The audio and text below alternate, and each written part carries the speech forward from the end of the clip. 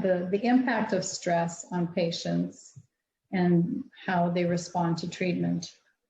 What do you see there as far as a connection with how they manage their stress or not? You know, I see the whole spectrum. I've seen people who come in extremely happy every single day, smiley, right? You go, wow, but I'm there. Gotta remember, I'm there every day. So I'm there every day, and I'm talking to you every day, and I'm finding out. And once you get past that, then you find out what's really going on behind that smile, right? And so it's important. It's important to really help a person through these treatments, getting them through. There's people who come through and they are stressed, they are overwhelmed, and they don't know whether this treatment's going to work or not. You know, I'm vulnerable. I've never even had cancer in my family before, or I've had cancer in my family before, and I've seen the outcome to some people that have had cancer in my family, or friends who have had cancer, and their outcome may not have been as positive. So you have all of these negative, that I'll call it the negative ego. That negative ego starts talking to you. And so that stress can't be good. You know, holding that stress in the body is going to affect you. It's affecting your cells. It's affecting your mindset. So you have to learn, talk to someone and get through that, and or have someone help you get through that, because it's possible. So how do you talk to your clients and the patients that you work with about absorbing the fear of that cancer diagnosis? How do you help them get past that fear? You got to look it at in the face. Let's talk about it.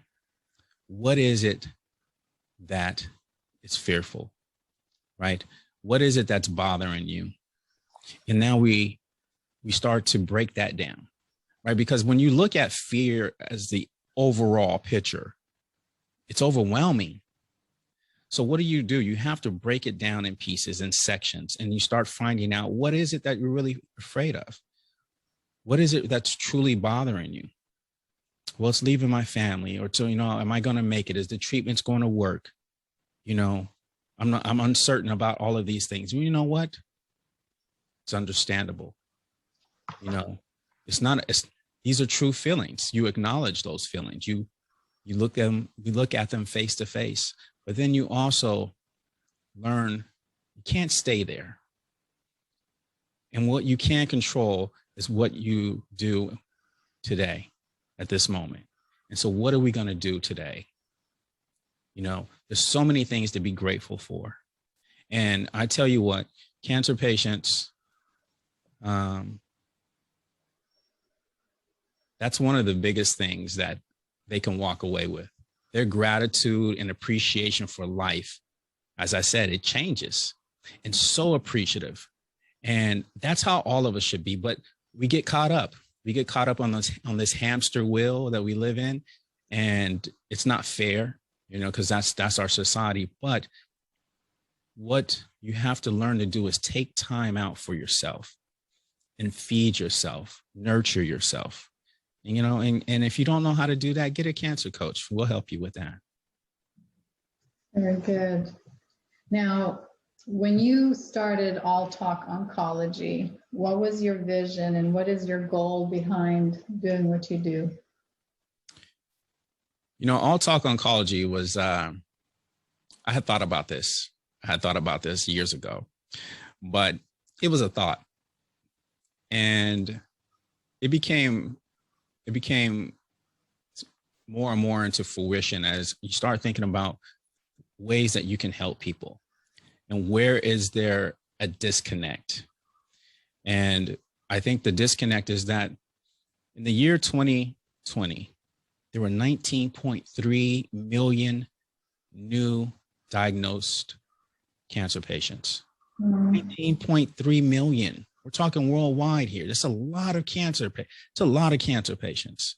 Where are they going to go? So that's a lot of people that's being affected in this whirlwind that we talked about earlier, right? Living life, and all of a sudden, boom, you get hit with cancer. But guess what? That's the patient. What about their family members? How? And so you double that. So I knew in my mind I needed a way to help, and All Talk Oncology was that platform.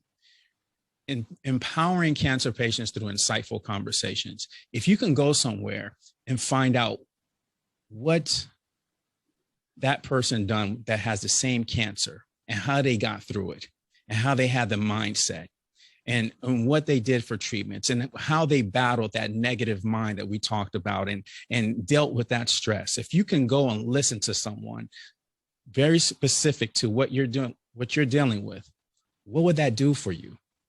It empowers you. Now you can go to your cancer team, right? And you can say, hey, what about this type of treatment? I heard about this. And now it gives you some control back, so that you and your cancer team can actually work as a team, right? So